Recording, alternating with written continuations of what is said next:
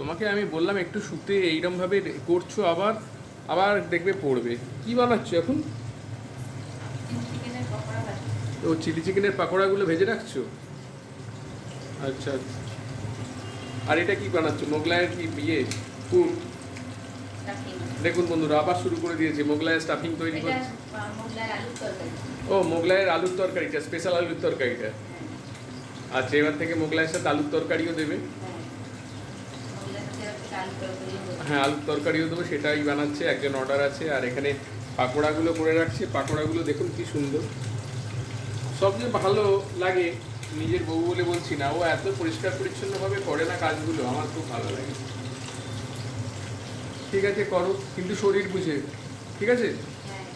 এখন আজকে ঠান্ডা আছে, দুপুরে অনেক বৃষ্টি হয়েছে সাঁতরাগাছিতে। ঠিক আছে, টাটা। পরে আবার শুয়ে পড়বি।